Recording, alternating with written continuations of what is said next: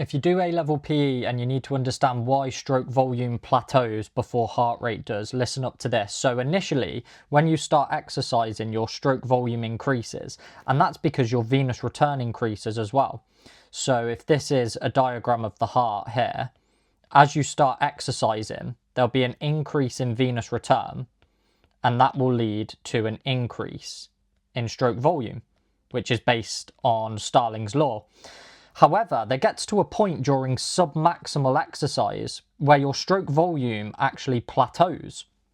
And the reason for that is because your heart rate gets too high.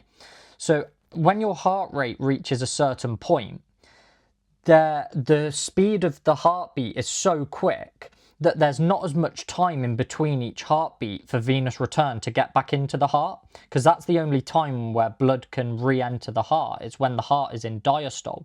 But as the heart rate speeds up, there is less diastolic filling time.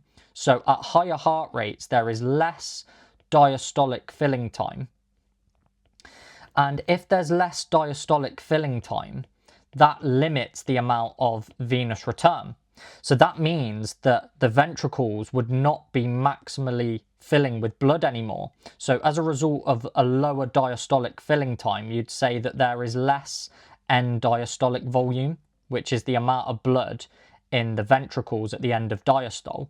And therefore, because the ventricles are only partially filled with blood, your stroke volume can't go up anymore. And that's why your stroke volume plateaus during submaximal exercise. It's because your heart rate gets too high.